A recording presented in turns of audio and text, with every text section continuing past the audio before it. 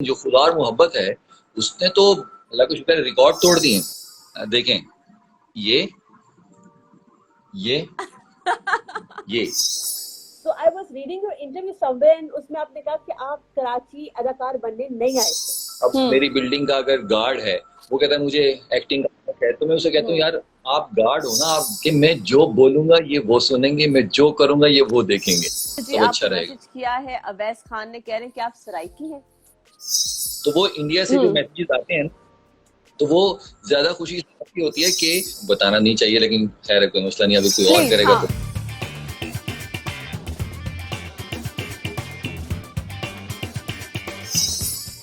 तो वो क्या, वो जर्नी की फीलिंग क्या है, वो सारा वहां से यहाँ इस जगह तक का जो सफर है, tell us about it, how do you feel?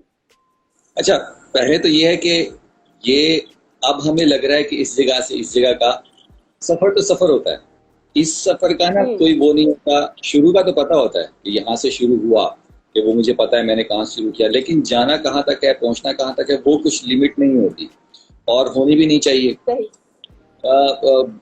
मेरा काम है काम करना, जो पहले काम किए जो शायद ज्यादा लोगों तक नहीं पहुंच सके, उसमें किसी का कसूर नहीं कह सकते, बस वो नहीं पहुंचे तो नहीं पहुंचे। अब वो मुख्तलिफ वजूहात हो सकती हैं, या उसको कहे सही वक्त नहीं था वो काम लोगों तक पहुंचने का। तो अब वो जो टाइम है तो वो अल्लाह की तरफ से है, तो वो एट द एंड हम जितनी मर्जी बातचीत कर लें वो होगा, एंड में जाके वही होगा कि अल्लाह ने अब चाहा तो इसलिए अब एप्रिसिएशन मिली। अब वो कहें मेच्योरिटी काम में अब आई, अच्छे लोग अब मिले, अच्छा चैनल अब मिला, वो जो भी था, लेकिन एट द एंड जो अल्लाह की तरफ से सोचा हुआ प्लान होता है ना, तो वो जब काम करता है तभी सब कुछ होता है। फील कि आपके पास तो अपॉर्चुनिटीज ऐसे आती हैं जिसमें से आप पिक एंड चूज करें कि यार ये वाला काम है ना, इसमें मुझे परफॉर्म करने का मार्जिन है, ये तो करना चाहिए, इसको थोड़ा सा टाइम अभी नहीं। मुझे लगता है कि शुरू में ना आप अपने जहन के तौर पे अपनी सोच के मुताबिक कुछ देख तो सकते हैं, अच्छा ये स्क्रिप्ट ऐसा है, अच्छा डायरेक्टर ऐसा है, लेकिन फाइनल जो प्रोडक्ट क्या निकलती है वो आप फैसला नहीं कर पाते, मतलब बिल्कुल भी नहीं कर पाते। कई बड़े बड़े डायरेक्टर्स के काम जो होते हैं वो नॉर्मल चले जाते हैं, जिसको ज्यादा नहीं रहते। कई छोटे डायरेक्टर के काम वो बहुत अच्छे नुमाया हो जाते हैं, लोगों को पसंद आते हैं। तो पहले से तो मतलब नहीं कह सकता। ये दोनों प्रोजेक्ट जब मैं कर रहा था तो मतलब एक काशिफ निसार के साथ और एक वजाहत हुसैन के साथ, तो बिल्कुल नहीं सोचा था कि मतलब अल्लाह इसमें इतनी इज्जत दे देगा या लोगों को इतना पसंद आएगा। बस हम तो मेहनत किए जा रहे थे, जैसा वो डायरेक्टर्स कह रहे थे या जो वो चाह रहे थे मैं वैसा परफॉर्म कर रहा था। तो इसमें राइटर्स का बहुत बड़ा हाथ होता है, डायरेक्टर्स का उससे भी ज्यादा हाथ होता है, क्योंकि पूरा प्रोजेक्ट वो देख रहे होते हैं, हम उनकी आंख से नजर आ रहे होते हैं कि वो क्या सोच रहे हैं। वो अब अगर उनकी सोच सही है तो प्रोजेक्ट सही हो जाता है, अगर उनकी सोच गलत है तो वो गलत हो जाता है। तो इसलिए डायरेक्टर का बहुत ज्यादा हिस्सा होता है हर काम में। जो हमें एप्रिसिएशन मिली होती है उसमें बहुत ज्यादा हिस्सा जो होता है वो डायरेक्टर का होता है, काशिफ निसार और वजाहत हुसैन का। किरदार ऑफर हुए तो आपकी डिस्कशन क्या थी दोनों किरदारों के हवाले से, काशिफ के साथ भी और आपके जो है वो खुदा और मोहब्बत के डायरेक्टर के साथ भी, वजाहत के साथ भी, लाइक यू गाइस डिस्कस्ड कि इसमें ऐड आप क्या करेंगे, या आपको उन्होंने आप पे छोड़ दिया बिल्कुल? दोनों डायरेक्टर जो हैं दोनों का तरीक़ाकार अलग अलग है काम करने का। अच्छा, तो अगर हम काशिफ निसार साहब की बात करते हैं तो वो तो मतलब मुझे तो उन जैसा डायरेक्टर जो है ना, वो मतलब मैं ये नहीं कहता कि बाकी लोग अच्छे नहीं हैं, सब अच्छे हैं, लेकिन जो सेंस ड्रामा की, स्क्रिप्ट की, कैरेक्टराइजेशन की है, मुझे वो कहीं और कम नजर आती है। सही। तो वो तो जाहिर बात है, उनका तो असल में मेरा उनके साथ ये चौथा प्रोजेक्ट है, इसलिए वो उनको थोड़ा सा पता है मेरी रेंज का कि कहाँ तक जा सकता है ये, या कहाँ तक उनको पता है कि मुझे लेके जाना है इस कैरेक्टर को। तो उनके जहन में तो काफी कुछ बना हुआ होता है। वजाहत के साथ मैं पहली दफा काम कर रहा था, उनसे वैसे सलाम थी लेकिन काम पहली दफा कर रहा था। तो उनकी जब मैंने डिस्कशन की तो उनका तरीका यह है कि ज्यादा डिस्कस मत करो, तुम करना शुरू करो, वो बहुत ज्यादा बनावटी ना हो जाए पहले से डिसाइड किया हुआ, ठीक है ना। क्योंकि जब जो करेक्टर है दिलावर पे अगर कोई सिचुएशन आई है तो वो उस वक्त पहली दफा परफॉर्म कर रहा है ना, वो पहली दफा सिचुएशन आई है कि अगर उसको ठीक है। किसी से मिला है तो पहली दफा मिला है, अरे मुझे वो ओरिजिनल फीलिंग चाहिए। तो कहते हैं कि तुम करो, जहां मुझे मसला आएगा तो मैं उसको कर दूंगा, इसको यूं कर दो, इसको हाई कर दो, इसको लो कर दो, ये कर दो। तो उनका तरीकेकार वो है कि वो कहते हैं कि ठीक। जैसे रियलिटी में अच्छा। होता है, सिचुएशन आती है फर्स्ट टाइम, तो वैसे लेके चलो, फिर मैं देखता रहूंगा एज अ डायरेक्टर, जो चीज मुझे चाहिए होगी, अगर वो नहीं आ रही होगी तो मैं बताता जाऊंगा। तो दोनों का एक अलग अलग है। ओके। काशी भाई का तो पूरा जहन में उनके पूरा ड्रामा बन जाता है कि उनको क्या ठीक। करेक्टर कौन सा कैसे कहाँ है। बाकी वो फिर जाहिर बात है, जो इम्प्रोवाइजेशन अगर होती है या कुछ होती है, वो फिर एक्टर करता जाता है, तो वो उसके मुताबिक। तो वो मैं जब उनकी तरफ देखता भी था, काशी भाई की तरफ, तो वो उनके चेहरे से मैं अंदाजा लगाता था, अच्छा सीन सही हुआ या नहीं हुआ। कई वो बैठे होते, ऐसे बैठे होते थे कि अच्छा देख रहे थे, मैं खुद ही कहता मैं, काशी भाई एक दफा दोबारा कर लेते हैं। मुझे पता लगता है उनको मजा नहीं आया शायद। तो वो मुझे होता है बस उनके, मुझे उन पे इतना बिलीव है कि जो उनको चाहिए ना, अगर मैं वो दे दूं तो वो बेस्ट होगा। तो ऐसा नहीं है कि मैं उनके अलावा कुछ करूं तो वो बेस्ट होगा। मुझे लगता है कि जो उन्होंने बनाया हुआ है ना, वो बेस्ट है, क्योंकि वो उनकी समझ इतनी है ड्रामा पे। तो मुझे बताएं कि आप थोड़ा सा जरा याद करके बताएं कि आप और नुमान भाई जो है वो कैसे प्लान करते थे, उसकी ब्लॉकिंग कैसे करते थे कि कैसे परफॉर्म करेंगे। मतलब उसकी बीवी का महबूब है और वो बैठे हैं, क्योंकि you I know that you are not married, so you don't know कि बीवी का महबूब कैसा होगा। So like how you conceived it. अच्छा, जहां तक नोई भाई की बात करते हैं, जिस तरह काशी भाई एक डायरेक्शन का इंस्टीट्यूट है ना, तो नोई भाई एक एक्टिंग स्कूल है पूरा।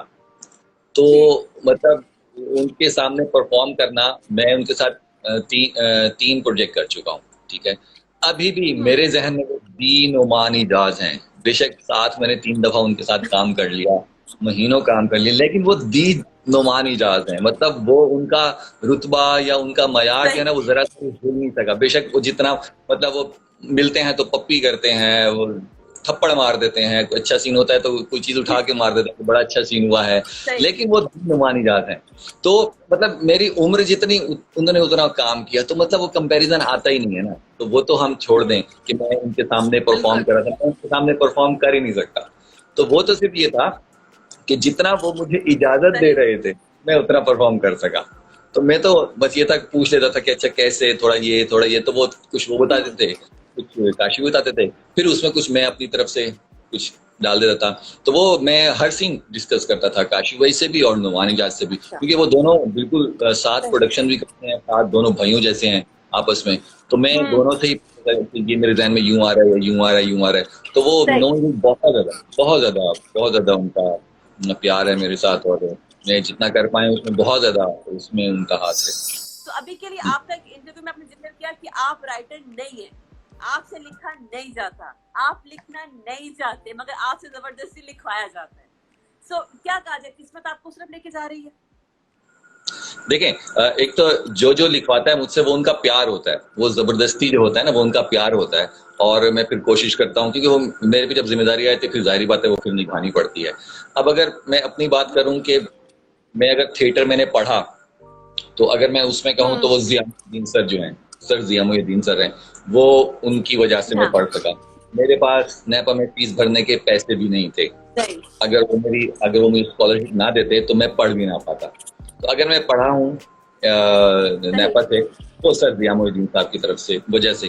फिर अगर मैंने थिएटर जो किया, जितना प्ले किया, उसमें अगर मैं कहता हूँ तो शाशर अबील जो मेरे टीचर भी हैं, डायरेक्टर भी हैं, शाशर अबील जो थिएटर के डायरेक्टर प्रोड्यूसर, तो वो उनकी वजह से मैंने जितना भी थिएटर में अच्छा काम किया, ज्यादा उनके साथ किया। तो वो अगर मेरा करियर जो है वो उसमें उनका बहुत ज्यादा हाथ है।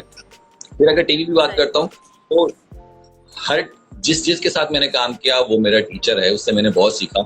लेकिन ये दो नाम जो हैं, नुमान इजाज और काशिफ निसार, ये मेरा मतलब मैं जितना अच्छा काम कर पा रहा हूँ इनकी वजह से। और अगर फिर एक और नाम आता है तो वो नूरुल हसन साहब का आता है। कि वो इतना प्यार करते हैं, उनकी दुआओं की वजह से जो है मुझे काफी कुछ मिलता है। सही, माशाल्लाह। अच्छा साकिब, अभी के लिए मतलब आप जब रोल कर रहे हो, और एक रोल तो हम कह सकते हैं काइंड ऑफ करीब आपकी एज की मान लेते हैं, लेकिन सेकंड रोल जो है वो आपकी उम्र से बड़ा है। सो इसके लिए जो है वो अक्सर अदाकार कहते हैं कि वो मतलब आम दुनिया में इर्द गिर्द अपने लोग जो है उनको ऑब्जर्व करते थे, फिर वो कैरी करके वो किरदार अपने अंदर उसको आगे डिलीवर करते हैं। सो आप कैसे, आपका प्रोसेस क्या है, how do you prepare for that? देखिए, मैं अभी आज तक की बात करूं, आगे जाके मेरा दिमाग चेंज हो जाए या पसंद चेंज हो जाए उसका पता नहीं है, लेकिन अभी तक मैं बात कर रहा हूँ वो सिर्फ मैं करेक्टर को देखता हूँ कि करेक्टर में जान कितनी है, करेक्टर में मार्जिन कितना है एक्टिंग का। वो गांव में है, वो शहर में है, वो ऑफिस में है, घर में है, एज क्या है वो मुझे, क्योंकि मैं थिएटर में भी एज 80 90 साल का भी परफॉर्म कर चुका हूँ, कॉमेडी में, संजीदा में। तो वो मुझे वो मसला तो नहीं है मुझे बुरा लगे या मैं ना करना चाहूँ, अभी तक तो ऐसा नहीं है। फिर काशिफ भाई ने नुमान भाई ने और काशिफ भाई ने भी कहा कि ये कैरेक्टर ऐसा है और इसमें एज ये है, तो वो काशिफ भाई ने कहा वो एज तो मैं इससे करवा लूंगा, क्योंकि वो 3 प्रोजेक्ट उनसे मैं उनके साथ कर चुका था, तो उनको कॉन्फिडेंस था मेरे पे, उनके एज तो मैं करवा लूंगा, लेकिन उसमें ये चीजें हैं। तो मेरा सिर्फ उनसे ये था कि अगर ये मजे का है तो फिर मैं ओके हूँ। तो उन्होंने कहा नहीं, मजे का तो बहुत है, मतलब ये करने में तो बहुत मजा आएगा। तो वही था कि एक एक सीन करने में मजा आया, और फिर क्योंकि जाहिर बात है काशिफ भाई और नुमान भाई की तरफ से आया था, तो वो इनकार का सवाल ही नहीं पैदा होता था। एक जो है वो फनकार होते हैं और एक जो स्टार्स होते हैं, तो आप किस कैटेगरी में फॉल करना पसंद करेंगे? कुछ विजन आपका अपने लिए है? हाँ। स्टार की बात करते हैं तो देखें, ये किसी एंगल से स्टार नहीं है, किसी एंगल से स्टार नहीं है। नहीं, मैं आपसे इस बात से डिसएग्री करती हूँ। फैमिली की क्या रिस्पॉन्स है, उनको कौन सा कैरेक्टर पसंद आ रहा है, व्हाट दे आर सेइंग? देखें, एक तो दोनों बिल्कुल अलग अलग प्रोजेक्ट हैं, ठीक है ना, और दोनों अगर देखा जाए ना तो उसमें जो हम अगर रकीब से की बात करते हैं, वो जो लिखा हुआ है ना वो एक पोइट्री टाइप लिखा हुआ है, वो बीगुल ने लिख दिया है, मतलब पता नहीं कैसे लिखा है, कैसे आमद हुई है उनपे, तो पोइट्री टाइप है। उसमें जो सीन है, उसमें डायलॉग है, उसमें फ्लो है, वो बिल्कुल एक शायरी है। तो वो उस तरह के जो लोग पसंद करते हैं वो उनको बहुत ज्यादा पसंद आ रहा है, और खुदा और मोहब्बत उनको कम पसंद आ रहा है। लेकिन जो खुदा और मोहब्बत है उसने तो अल्लाह का शुक्र है रिकॉर्ड तोड़ दिए, जितने अब तक रिकॉर्ड थे हिट शो के, ड्रामा के, वो सारे रिकॉर्ड तकरीबन तोड़ दिए। और खासतौर पे यूट्यूब पे अगर हम देखते हैं तो अगर वो देखा जाए तो वो मासिस का है, क्योंकि मासिस को तरह के चीजें पसंद होती हैं। फिर जो उसमें जितने इतने सारे एक्टर्स हैं, सीनियर एक्टर हैं, इतने स्टार्स है, तो वो ज्यादा लोगों को पसंद आ रहा है। तो इस तरह फैमिली में भी जो है ना वो मिक्सअप है, कुछ लोगों को रकीब से कि उसका करेक्टर इसमें ऐसा है, और फिर क्योंकि रकीब से वो है जो देखते हैं कि वो मैं नहीं हूँ, तो उसमें तो फिर भी चलो मैं अपनी एज को रिप्रेजेंट कर रहा हूँ, इसमें मैं बिल्कुल अपने से डबल को रिप्रेजेंट कर रहा हूँ। तो वो जो एक्टिंग को समझने वाले हैं वो रकीब से में ज्यादा पसंद कर रहे हैं, और जो ड्रामा का एंजॉय करने वाले हैं वो खुदा और मोहब्बत को। तो वो मिक्सअप्स है, और इस लिहाज से मैं खुश रहता हूँ कि अच्छा जी, कुछ लोगों को वो पसंद आ रहा है, कुछ लोगों को वो पसंद आ रहा है, ऐसा नहीं है कि प्रोजेक्ट की पसंद आ रहा है, तो वो ठीक है, हर किसी को अपनी अपनी पसंद के मुताबिक। So, किस किस्म का प्रोजेक्ट है जिसमें साकिब सोचता है कि अगर वो कभी मेन लीड करता है और पूरे प्रोजेक्ट का कंधे पे अपने बोझ उठाएगा तो वो ये इस तरह का किरदार होना चाहिए? किस तरह का, तो वो तो बहुत सारे किरदार हैं, लेकिन अगर आप कुछ एक की बात करते हैं तो वो मैंने अभी मतलब खैर बताना नहीं चाहिए, लेकिन खैर कोई मसला नहीं, अगर कोई और करेगा तो कोई और करना चाहेगा तो कर लेगा, वो जिसके नसीब में होगा। लेकिन मैंने काशिफ से डिस्कस किया है कि हम जोकर को दिखाएं, जोकर हमारा जोकर क्या है, कि हमने बॉलीवुड का जोकर भी देखा, मेरा नाम जोकर है, वही बहुत, फिर हॉलीवुड का भी जोकर देख लिया, वो भी हमने जोकर देखा, लेकिन हमारे यहाँ क्या है, हमारा जोकर जो होता है सर्किस का जोकर है, या वो रोड पे खड़ा होता है, या वो मॉल वाला है, और अगर उसकी स्टोरी हम लेके चलते हैं तो वो कितनी नेगेटिवली या कितनी पॉजिटिवली हम सुना सकते हैं, और उसको कितना हम, मुझे लगता है कि हमारा जो जोकर है वो उन दोनों जोकर से बिल्कुल अलग है। उसमें इमोशन ज्यादा है, उसमें शख्सों से ज्यादा इमोशन ज्यादा होंगे। अब हम वो, क्योंकि सारी बात है जोकर जो भी हो वो कोई बहुत अमीर इंसान नहीं होता, अगर हम अपने मुआशरे की बात करें, ठीक है, वो फिल्म में दिखा दिया कि वो एक अलग जगह पे निकल गया, जैसा भी था उसमें भी अमीर तो नहीं था, लेकिन वो कहाँ चला गया। तो मेरी ये ख्वाहिश है कि वो जोकर की स्टोरी अगर काशिफ भाई मान गए तो फिर उसको मैं खुद ही लिखूंगा, और फिर कोशिश करूंगा परफॉर्म। ओके, थिएटर में आपको दाद इंस्टेंट मिलती है, मतलब आपकी ऑडियंस मौजूद होती है वहां पर एंड दे अप्रिशिएट यू अगर अच्छा लगा, दे क्रिटिसाइज यू अगर जो है उनको ना अच्छा लगे। टीवी पर और फिल्म पर आपको वेट करना पड़ता है, जब तक वो नशर नहीं होगा तो वो एज अ परफॉर्मर जो है वो उसकी आदत कैसे आप तोड़ते हैं? एक नशा है एक परफॉर्मर के लिए जो उसको रिस्पॉन्स मिलता है उसकी ऑडियंस से, वो कैसे, how do you handle that? देखें, इस चीज की तो आदत बनानी पड़ती है, क्योंकि जब आप थिएटर में परफॉर्म कर रहे होते हैं तो आपको पता होता है कि ये मैं परफॉर्म करूंगा और उसी वक्त होगा, इसलिए वो मुश्किल भी बहुत ज्यादा होता है। उसमें आपको 100%, मतलब जितना भी आपका 100% जो होता है वो आपको देख के परफॉर्म करना होता है। उसमें जब रिहर्सल हो रही होती हैं तो राइटर भी होता है, डायरेक्टर भी होता है। जैसे ही आपने कदम रखा स्टेज पे, जब आपने थिएटर पे आपने पहला जुमला बोला, अब जो राइटर था वो भी साइड पे, जो डायरेक्टर था वो भी साइड पे। अब जो भी करना है वो आपने करना है एज एन एक्टर, जो भी सही। तो एक फील तो अलग होती है, वो बादशाह वाली फील कहा जाता है, वो होती है, लेकिन वो मुश्किल भी बहुत होता है। अब वो वाकई बादशाह वाली फील होती है। बादशाह वाली फील से मुराद ये होता है कि उस तक ये होता है, अगर आप बेहतर परफॉर्म कर रहे हैं तो आपको पता होता है कि मैं जो बोलूंगा ये वो सुनेंगे, मैं जो करूंगा ये वो देखेंगे। सही, क्योंकि वो तो परफॉर्म नहीं कर सकते ना, परफॉर्म मैंने ही करना है।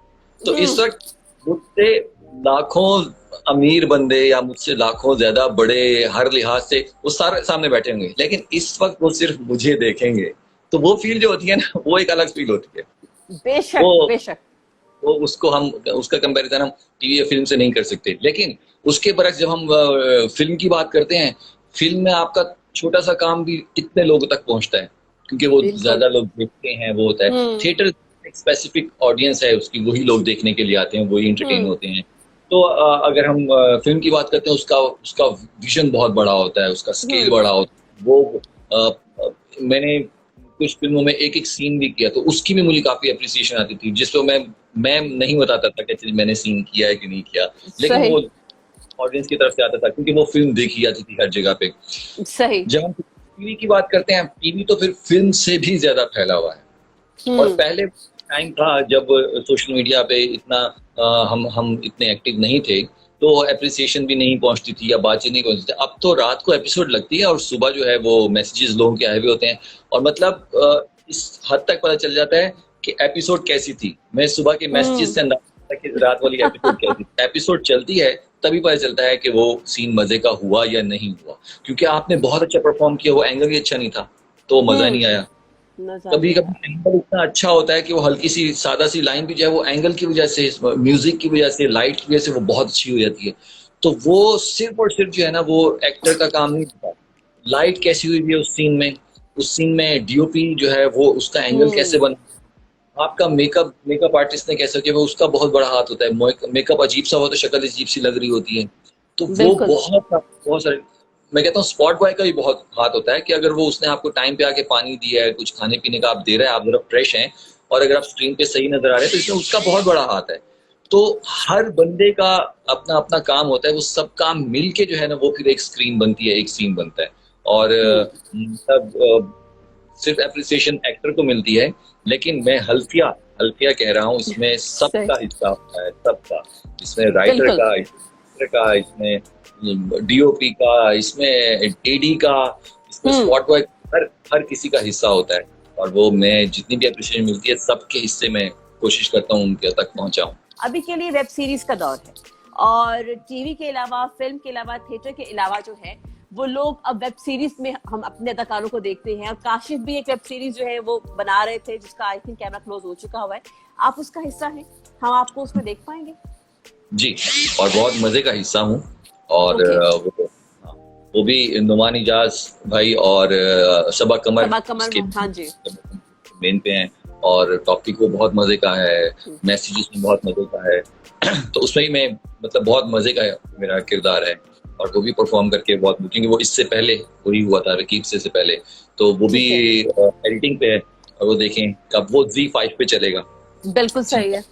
उसमें आपने किरदार किया, कुछ अपने किरदार के बारे में बताएं उसके हवाले से। उसमें भी इंतहाई अजीब सा, क्योंकि मुझे समझ ही नहीं आती। मैं जब भी करता हूँ कि मैं कहता हूँ अजीब है ना, सीधा तो नहीं है ना कि सीधा लाइनें बोले चला, सीधा लाइन, नहीं है कुछ है इसमें। तो मैं क्या कुछ है तो फिर मैं कुछ और बना लूंगा, तो वो कुछ होना अच्छा। चाहिए। तो और वो फिर जाहिर है, और काशिफ भाई के प्लेज में तो करेक्टर्स ही होते हैं, वहाँ सीधी सीधी बातें नहीं होती, करेक्टर्स होते सही। हैं। तो वो उनकी तो हमेशा कोशिश होती है कि जब भी मेरे उनसे होता है कि नया प्रोजेक्ट होता है तो उसमें होता है कि कॉल करो, क्योंकि वो लाहौर में होते हैं, मैं कराची में, तो हम्म। डिस्कशन करते हैं कि इस बार क्या करना है, क्योंकि वो सही। सिंपल काम ना उनको मजा आता है ना मुझे मजा आता है।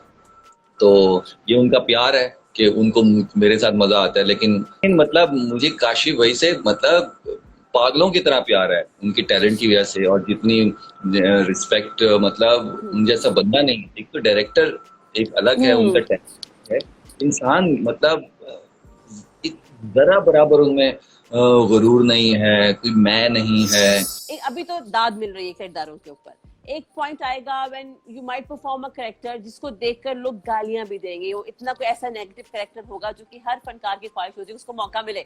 सो वो ऐसा किरदार जब आप करने का प्लान करते हो, यूजुअली जो है वो आप प्रिपेयर करते हो अपने आप को, मैंने काम करना, उस किरदार की जो है प्रिपरेशन होनी चाहिए, क्योंकि लाइट स्वीट कैरेक्टर्स तो आप इजीली कर लेते हो, वो इतना मसला नहीं, लेकिन नेगेटिव रोल जो है, जो उसकी डेप्थ है, उससे खुद को कैसे अलग रखना है कि वो आपकी जात को बिल्कुल डैमेज ना करे और सिर्फ किरदार ही रहे। Like how do you think, कैसे उसको आप देखते हो? देखें, अभी मैंने सुहेल अहमद साहब की बात की ना, तो वो उन्होंने ये पास किया है। उन्होंने क्या कि जो उन्होंने तारीफ की, तो वो उनका सेंस ऑफ उनका, हाँ। मैंने जब काम शुरू किया था ना, तो मुझे लोग कहते, जब मैं नेगेटिव कैरेक्टर करता था, तो ये उनके हैं जो कि मेरे लिए अवार्ड का रुतबा रखते हैं। तो उनके मुझे लोग कहते थे कि ना, जब तक नेगेटिव कैरेक्टर को ना गाली ना पड़े ना, तब तक वो मजे का नहीं है। तो मैं कहता हूँ क्यों गाली देंगे, ये तो कोई बात नहीं हुई भाई, मैं तो बंदा तो अच्छा हूँ ना, वो परफॉर्म कर रहा था। अरे मैंने सारी जिंदगी नेगेटिव कैरेक्टर किए, मुझे कभी गाली नहीं पड़ी, तो मेरा इस पे बिलीव भी नहीं था कि मुझे कोई गाली के नेगेटिव कैरेक्टर गाली पड़ती है। कह रहा है, अब वो जाहिर पंजाबी में कह रहे थे, मुझे इतनी ज्यादा पंजाबी आती नहीं है, तो कह रहे हैं जब इसका सीन लग रहा होता है, मेरा दिल चाहता है मैं इसको टीवी से खींच के मारूं, एक जगह पे नहीं टिकता। कह रहा मैं गालियां दूं, मेरा बेटा साथ में, गालियां दे दे के इसको कहता हूँ कि तू मसला क्या है तेरे साथ है, बंदे का पुत्र क्यों नहीं मानता। मेरे कह रहे मैं टीवी अपना तोड़ने लगा था। तो कह रहे ये तो मेरे लिए, ये मैं तो फौरन से जाके उनके घुटने पकड़ के मैंने बस कर दे, क्योंकि आप अगर ये कह रहे हैं तो वो अवार्ड ही है मेरे लिए। तो है, बिल्कुल। अगर ऐसा है तो भी एक अच्छी बात है। मुझे लगता है कि अब हमारी ऑडियंस में जो है ना, वो भी उसको ड्रामे के तौर पे ही देखते हैं कि अच्छा ये है, क्योंकि अच्छा ये फलान जगह पे ऐसा बंदा था, फलान जगह पे ऐसा था, तो अब ये ऐसा बना हुआ है। एक तो वो थोड़ी सी एक टाइम था जब स्टारडम हम कह सकते हैं, या पीटीवी का दौर, या फिल्म का दौर, सादा ऑडियंस थी, बिल्कुल सादा, और एक सादा ऑडियंस, और एक्टर की तरफ से मोहम्मद अली साहब मरहूम, उनके बारे में मैंने सुना कि वो शादियों पे, मॉल में शॉपिंग के लिए ऐसे अवाम में नहीं जाते थे। तो उनसे पूछा क्यों नहीं आते, उनके यार मैं अगर जाऊंगा तो लोगों को पता चल जाएगा मैं 6 फुट का हूँ, वो तो मुझे 100 फुट का देखते हैं। बिल्कुल सही। उनके जहन में तो मैं 100 फुट का हूँ ना, उतना बड़ा हूँ, तो मैं अगर लगा ये तो हम जैसा बंदा है, तो वो उनका टूट जाएगा। तो वो स्टारडम भी था, और उसके लिए उनको पे भी करना पड़ता था कि वो ऐसे आम आवाम में जा सकते थे या नहीं करते थे। अब जाहिर टाइम चेंज हो चुका है, अब हम हर जगह पे मिलते हैं, लोग मिलते हैं, सेल्फी बनती हैं, सब कुछ होता है। जब नॉर्मल मिलते हैं तो वो देखते हैं, अच्छा जी ये एज है इसकी, अच्छा बात ये असल में ऐसे है, वहाँ ऐसे। तो वो अब चीज जो है ना, वो समझ में आना लोगों को शुरू हो गई कि ये एक्टिंग इस तरीके से होती है, और असल में बनना होता है। तो मुझे मतलब दुआ है और उम्मीद है कि गालियां असल में ना पड़े, गालियां या बददुआएं प्यार में, जैसे सुहेल साहब ने दी, वैसे तो मैं रोजाना तैयार हूँ कि लोग अगर प्यार में आके गालियां देते हैं, कुछ कहते हैं, वो तो मतलब दिल और बड़ा होता है मसला। वो एक किरदार आपको, आपकी मर्जी का कोई एक किरदार रिक्रिएट करने का मौका मिले और कहा जाए कि साकिब ये जो किरदार चूज करते हो करो और उसको अपने अंदाज में करो, कौन सा कैरेक्टर आप करना चाहोगे? तो मेरे ख्याल में अगर फॉरेन से, अब वैसे तो बहुत सारे किरदार होंगे, लेकिन अगर फॉरेन बात करते तो वो वही जोकर का जो किरदार है जिसका अभी हमने जिक्र किया, तो मैं चाहूंगा वो किया जाए, और क्योंकि वो अभी तक यहाँ हुआ भी नहीं है, और मैं नहीं चाहूंगा कि वो बॉलीवुड की तरह हो, बहुत ज्यादा मेलो, या जैसा हॉलीवुड में हुआ है कि वो बहुत ज्यादा कमर्शियल। अच्छा, वैसे अभी जब आप शूट वगैरह करते हो तो रिहर्सल्स का क्या रिवाज है, या बस स्ट्रेट अवे सेट पे पहुंच कर आप काम स्टार्ट करते हैं? रिहर्सल्स का रिवाज नहीं कह सकते, वो थिएटर में ही होता है कि वहां तो तकरीबन ठीक है। 20 दिन की रिहर्सल होती है कि वो पूरा प्ले जो है किया जाता है। यहाँ हमारे यहाँ टीवी पे रीडिंग्स की रिवायत है कि रीडिंग्स अच्छा, की जाती है। ओके, फिर ठीक उसमें है। थोड़ा डायरेक्टर जो होता है वो सारी कास्ट को या जिन जिन को उसने बुलाना होता है उनके साथ रीडिंग सेशन करते हैं, 1 या 2 या 3, ताकि वो जरा टोन कैसे है, वो बोलना कैसे, अच्छा जी चल के कैसे, अच्छा वो ऐसे चलता है। तो वो हमेशा काशी भाई के साथ जो है वो होता है। तो वो हमेशा जो भी करेक्टर होता है तो वो बैठ जाते हैं कि बता ये चलता कैसे है, बैठता कैसे है, उठता कैसे है, बोलने का। फिर वो करा देते हैं कि नहीं ये थोड़ा सा ऐसे नहीं। फिर उनके समझाने का तरीका ये है कि वो ये नहीं करते ऐसे करो, वो समझाते हैं कि ऐसा ऐसी सिचुएशन में फंसा हुआ है तो फिर कैसे करेगा, अच्छा ये इसके आसपास ये लोग हैं, ये ऐसा इसकी सोच ऐसे है, ये पला बड़ा ऐसे है, जो कैरेक्टराइजेशन के असल तरीका होता है। तो वो समझाते हैं उसको सोच के, और पता नहीं कैसे समझ में आ जाता है। ये काशिफ भाई को पता है, ये काशिफ निसार को पता है कैसे समझाते हैं और समझ में आ जाता है। क्योंकि ये बहुत बहुत अहम चीज होती है कि डायरेक्टर आपको कैसे समझाए कि आपको समझ में आ जाए। कि वो कुछ डायरेक्टर होते हैं वो करके दिखाते हैं कि ऐसे करो, अच्छा अपना तरीका, वो उनका अपना तरीका होता है कि इस तरीके से बोलो या ऐसे ऐसे डिलीवर करो या ऐसे करो, वो उनका अपना। लेकिन काशिफ होता है वो सिनेरियो बताते हैं कि सिचुएशन क्या है, उसका स्टेट ऑफ माइंड क्या है इस वक्त, वो किन हालात में है, वो उसके पीछे क्या बैकग्राउंड क्या था, वो अच्छा आगे ये करेक्ट तक जाएगा तो उसको वैसे ही लेके जाना है। तो वो रीडिंग में जो है वो चीजें कुछ टोन डाउन करवाते हैं कि अच्छा इसको ऐसे कर दो, अच्छा नहीं आवाज इसको थोड़ी सी ऐसी हो, अच्छा ये थोड़ा सा इरिटेटिंग हो, इसको देख के गुस्सा आना चाहिए, या इसको देख के जो फील होती है कैरेक्टर की, तो वो रीडिंग्स का यहाँ पे रिवाज है। हाँ, रिहर्सल हम उसको नहीं कह सकते, वो उसके सीन परफॉर्म करना वैसा नहीं होता, रीडिंग्स। अच्छा, आपने जो है यासिर के साथ भी काम किया है मैं वी लव यू में, आपको उनकी हदायतकारी जो है वो कैसी लगी, आपने उनसे क्या सीखा? देखें, उनसे बहुत कुछ सीखा क्योंकि वो थिएटर प्लेस देखने आते थे मेरे, वो हसन भाई भी, हसन जिया साहब, तो वो दोनों प्रोडक्शन साथ साथ करते थे तब। तो वो उन्होंने मुझे थिएटर से उठाया, लिखने के लिए कहा। तब तक मैंने इतनी बड़ी कोई नहीं लिखी थी, एक सिटकॉम लिखा था, सोप लिखा था, लेकिन फिल्म नहीं लिखी थी। एक तो मतलब उनका शुक्रिया कि उन्होंने मुझे इस काबिल समझा कि मुझसे करवाएं। फिर वो जब जाहिर बात है यासिर भाई की स्टोरी टेलिंग बहुत अच्छी है, सिचुएशन बहुत अच्छी बनाते हैं, हर डायरेक्टर का एक अपना होता है, तो उनकी वो डेवलपिंग की जो सेंस है ना वो बहुत मजे की है कि सीन से सीन निकालना करना। और अगेन वो डायरेक्टर हैं तो जाहिर तो पूरी चीज को देख रहे होते हैं, फिर वो एक्टर भी हैं साथ, वो सारी चीजों को उस लिहाज से भी देख रहे होते हैं। तो वो राइटिंग में उनसे बहुत कुछ सीखा क्योंकि उनकी स्टोरी टेलिंग बहुत सिचुएशंस मजे की होती हैं, वो हमेशा साथ हेल्प रही। फिर ये था कि एक किरदार में करूंगा, लेकिन जब मैं वो लिख के जाता था जो भी सीन्स होते थे, वो लिख के सुनाता था, तो जाहिर बात है कोशिश करता कि अच्छा वो ऐसे एक्टर जैसे लिखा है तो वैसे ही बोलता था कि अगर वो लड़का है तो ऐसे है, आदमी है तो ऐसे है, लड़की है तो ऐसे है, वो जैसे बोलता था। फिर उसने जो बाप का किरदार मौलवी का, तो वो मैं वैसे ही पढ़ता था। फिर एक इस टाइप का मैंने एक थिएटर में किया भी था, तो वो उनको थोड़ा सा उनको लगा। फिर पहले वो उन्होंने आपस में डिस्कस किया कि बात करते हैं। फिर जैसे जैसे वो सुनाता गया तो फिर उन्होंने डिसाइड किया, एक दिन बताया कि ऐसे करते हैं कि हम ये बाप वाला किरदार भी जो है ना वो भी तुमसे करवाते हैं। तो मुझे लगा शायद वो बेटे वाला हटा रहे हैं, तो मैंने कहा नहीं वो, लेकिन वो साथ क्योंकि वो बेटे वाला वो नहीं, दोनों करोगे। तो वो मेरे लिए बहुत बड़ी बात थी क्योंकि मैंने आज तक नहीं सुना कि पाकिस्तान में किसी ने फिल्म लिखी भी हो और उसमें डबल कैरेक्टर भी किया हो, तो अभी तक मैंने नहीं सुना। तो वो मेरे लिए बहुत बहुत अचीवमेंट थी, बहुत बड़ा एक बहुत बड़ा एजाज था कि मैं कर सका ये। तो कोई थिएटर प्ले आप प्लान कर रहे हो, हम आपको स्टेज पे देख पाएंगे? थिएटर प्ले अभी मैंने और साजिद हसन साहब जो हैं, हमने एक प्ले लिखा था अनकही, जो हमारा मोइन साहिबा, बिल्कुल, तो वो हमने थिएटर के लिए उसको रीराइट किया था कि वो टीवी का थिएटर के लिए 1.5 घंटे का, तो वो लिख लिया था। और दावर महमूद जो हैं कॉपी कैट्स के, वो डायरेक्ट कर रहे थे और वो आमना कर रही थी मेन उसमें लीड। जी बिल्कुल। तो वो मैंने और साजिद हसन ने लिखा था, तो लेकिन मैं उसको उसमें परफॉर्म नहीं कर पा रहा था क्योंकि मेरे रकीब से की शूट वगैरह चल रही थी, ये उस टाइम की बात है, तब कोरोना से पहले की।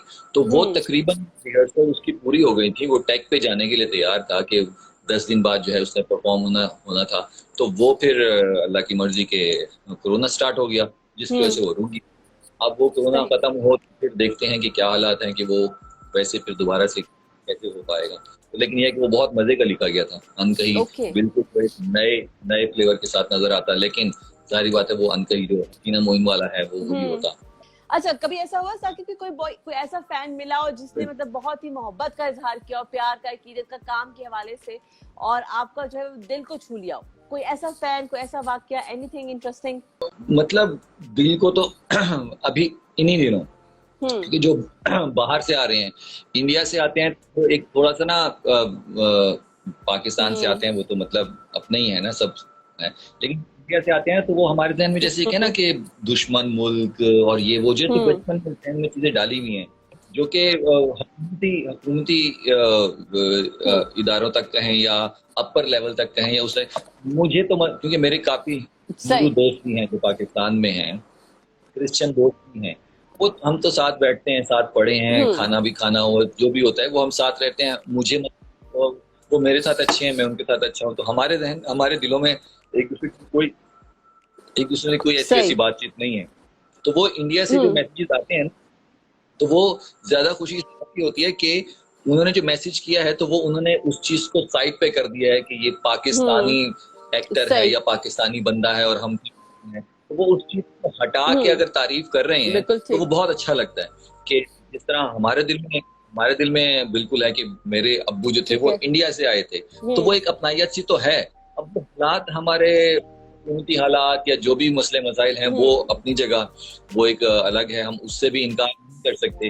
वो भी जो मसले मसाइल हैं अल्लाह माफ करे अलग सॉल्व हो जाए चीजें, लेकिन ये होता है कि अगर उस मुल्क से जो हमें बज़ाहिर तौर पे लगता है कि वहाँ सब नफरत करते हैं हमसे, जब वहां से कोई प्यार आता है तो वो अच्छा लगता है। अच्छा, लोग साकिब को देख रहे हैं, साकिब आजकल क्या देख रहे हैं? व्हाट आर द मूवीज और ड्रामास और सीरियल जो कि आप देख रहे हैं आजकल? मैं आज से पहले अपने ड्रामे नहीं देखता था, क्योंकि जब भी देखता था मुझे लगता था कि यार ये कितना अजीब सा है, थोड़ा और बेहतर होता, उसमें और बेहतर होता। लेकिन अब मैं ये ड्रामे देख रहा हूँ इस वजह से ताकि अगर कुछ कमी रह गई है तो नेक्स्ट टाइम वो ना हो। अब इस सोच के साथ देख रहा हूँ, तो वो देखने ये 2 मैं इसको तो फॉलो कर रहा हूँ। उसके अलावा नेटफ्लिक्स देख लेता हूँ जब टाइम मिलता है, तो उस पर मजे की आती है। लेकिन वही है कि सीखने के हवाले से हर चीज, कोई बुक पढ़ लेता हूँ बस। सबके लिए बस मैसेज ये छोटा सा हमेशा हो कि पॉजिटिविटी, यार बस पॉजिटिव रहें, अच्छे बुरे हालात टाइम जो है होता है। जैसे हमने बात की नेट जो है वो तंग कर रहा था, साथ साथ शुक्रिया नेट का कि हम बात कर सके ना, कर सके।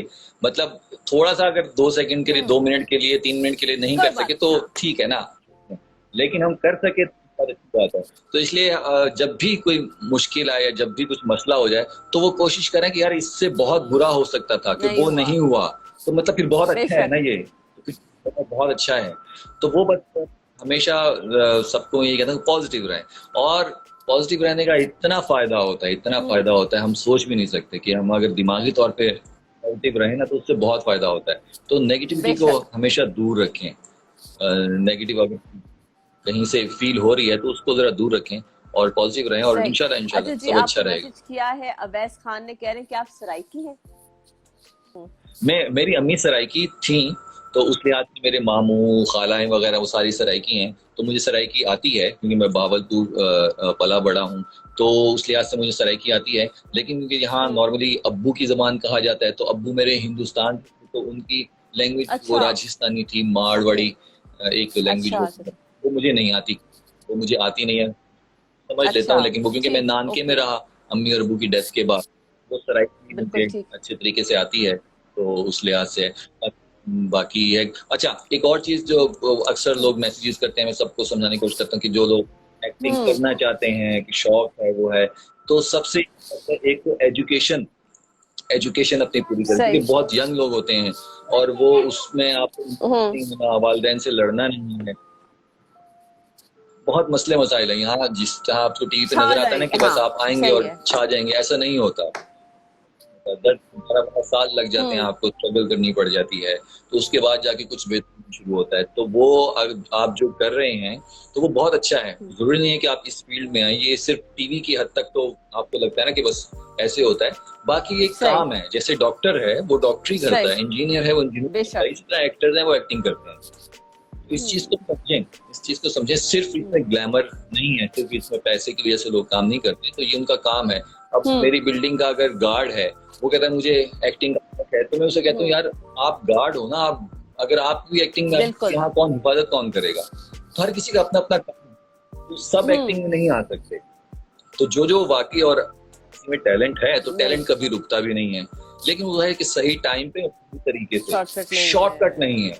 तो शॉर्टकट के चक्कर में बिल्कुल आप तो बहुत गलत तरीके से इस्तेमाल किया जा सकता है आपको शॉर्टकट के तौर पे, तो बस उससे बचना है। हाँ, आप पूछते हैं कैसे, तो मैंने नेपा से पढ़ा, आप बिल्कुल जाएं नेपा से, आपको पता चलेगा जी एक्टिंग पढ़ते कैसे हैं, सीखते कैसे हैं, फिर उसके बाद।